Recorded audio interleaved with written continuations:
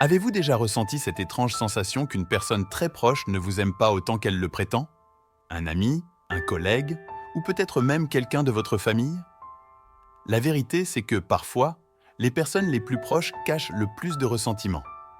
Elles sourient en façade, mais leur cœur est sombre.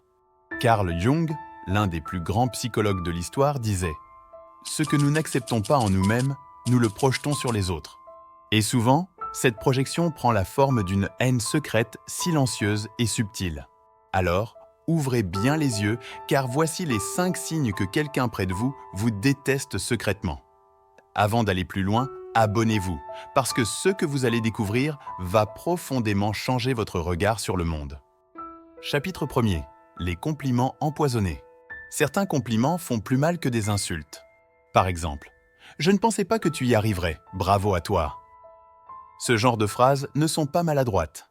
Elles sont calculées pour vous dévaloriser et vous troubler. Carl Jung affirmait que les mots révèlent toujours ce que nous tentons de cacher. La personne qui vous déteste secrètement veut détruire votre confiance, lentement, subtilement. Pourquoi? Parce que votre réussite la renvoie à ses propres échecs. Elle vous envie secrètement. Et l'envie est un poison qui finit toujours par ressortir, même sous le masque du sourire. Alors, ne vous laissez jamais berner par les compliments ambigus.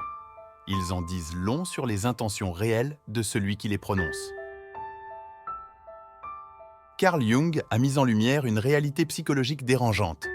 Certains proches attendent en silence votre chute pour se réjouir intérieurement. Vous perdez votre emploi? Un sourire discret leur échappe. Vous rompez avec votre partenaire? Ils semblent étrangement soulagés. Ce type de réaction discrète révèle une vérité profonde. Cette personne ne supporte pas votre bonheur, parce qu'elle pense qu'il menace le sien.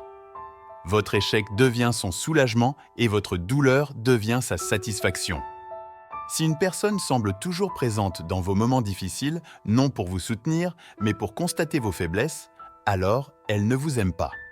Elle attend simplement votre chute pour se rassurer. Celui qui ne peut exprimer sa haine en mots la laissera transparaître dans ses gestes. Carl Jung le savait bien. Les mots peuvent mentir, mais le corps, lui, ne ment jamais. Observez bien. Vous sentez qu'il y a quelque chose, mais vous ne pouvez pas l'expliquer.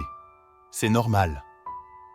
La haine silencieuse ne s'exprime pas avec des phrases. Elle suinte à travers des détails presque imperceptibles. Leur regard vous évite, même lorsqu'ils vous écoutent. Leur sourire s'éteint dès que vous détournez les yeux. Leurs bras se ferment, leur posture devient rigide quand vous parlez.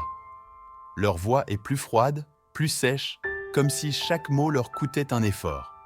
Le langage corporel est une trahison involontaire, un secret que l'inconscient révèle, même quand la bouche tente de le cacher. Si vous ressentez une gêne inexplicable, une tension à peine perceptible, alors ne l'ignorez pas. Ce n'est pas dans votre tête, c'est leur véritable nature qui s'exprime. Carl Jung parlait souvent du concept d'ombre, cette partie cachée de nous-mêmes que nous refusons d'accepter. Une personne qui vous envie, qui nourrit secrètement du ressentiment, ne l'exprimera pas directement, mais elle vous observera, vous analysera et finira par vous copier. Pas par admiration, mais par compétition. Vous adoptez un nouveau style, elle fait de même, mais en ajoutant une touche pour se démarquer. Vous changez de voiture, elle en achète une plus grande, plus chère, plus voyante. Vous démarrez un projet, elle se lance aussi, avec l'intention non pas de vous suivre, mais de vous dépasser. Ce n'est pas un hasard, ce n'est pas une simple coïncidence, c'est une tentative silencieuse d'écraser votre individualité. Cette imitation n'a rien de flatteur. Ce n'est pas un hommage, mais un combat invisible. Un affrontement dont vous n'avez peut-être même pas conscience. Vous pensez qu'elle vous apprécie, qu'elle s'inspire de vous, alors qu'en réalité, elle cherche à vous effacer, à prouver qu'elle peut être meilleure que vous. Ne confondez jamais l'admiration avec la compétition. L'une inspire, l'autre détruit. La vraie valeur d'une relation ne se mesure pas au sourire des bons jours, mais à la présence dans les moments difficiles. Quand tout va bien, tout le monde est là. Mais Carl Jung insistait sur le fait que vous ne connaissez réellement quelqu'un qu'en observant comment il réagit lorsque vous traversez une tempête. Regardez autour de vous. Qui est là quand vous tombez? Qui reste, même quand vous n'avez plus rien à offrir? Si une personne disparaît chaque fois que vous êtes en difficulté, ce n'est pas un hasard, c'est un choix de ne pas être là, un choix de ne pas vous soutenir. Elle n'était pas présente pour vous, elle était présente pour ce que vous représentiez, pour ce que vous pouviez lui apporter. Et lorsque la vie vous met à l'épreuve, lorsqu'il n'y a plus rien à prendre, elle s'éclipse, trouvant une excuse, une absence soudaine, un silence qui en dit bien plus que des mots. Un ami, un proche, un partenaire qui n'est là que dans l'abondance et qui disparaît dans l'adversité, n'a jamais été véritablement là. Vous avez maintenant vu les 5 signes qui permettent de détecter une personne mal intentionnée. Mais la vraie question est, comment réagir?